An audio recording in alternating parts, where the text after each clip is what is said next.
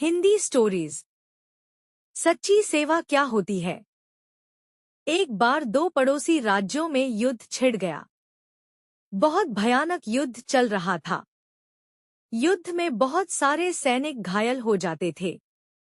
दोनों राज्यों की सेना में ऐसे कर्मचारी भर्ती किए गए थे जिनका काम था युद्धस्थल पर जाकर अपनी अपनी सेना के घायल सैनिकों की मरहम पट्टी करना और उन्हें पानी पिलाना। उनमें से एक राज्य की सेना का एक कर्मचारी था। पंडवर्ण युद्धस्थल पर जाता और घायल सैनिकों को पानी पिलाता और उनकी मरहम पट्टी करता। उसे जो भी घायल सैनिक नजर आता, चाहे वह उसकी अपनी सेना का हो या विरोधी राज्य की सेना का हो, उसकी सेवा करता। इस बात पर कुछ सैनिक ने राजा को शिकायत की कि पंडवर्ण विरोधी राज्य के घायल सैनिकों को भी मरहम पट्टी करता और उन्हें पानी पिलाता है।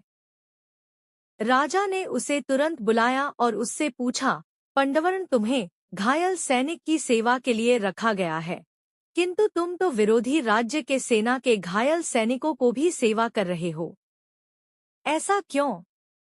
पंडवर्ण बोला, महाराज, मेरा कर्म है कि मैं घायलों की सेवा करूं।